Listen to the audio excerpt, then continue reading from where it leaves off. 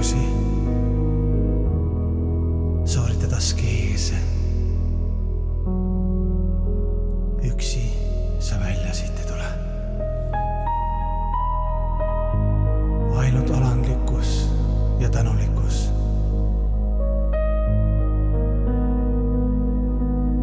Kaks relva nagu kerjus.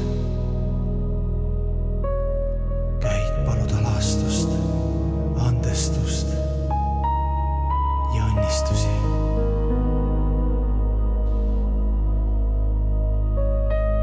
Põlvili emakese looduse ees, õpetajate ees, esivanemate ja ema-isa ees ja kõige kõrgema algse Jumala ees.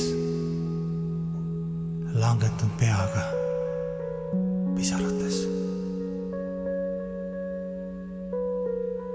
Õnnistage, alastage, andestage.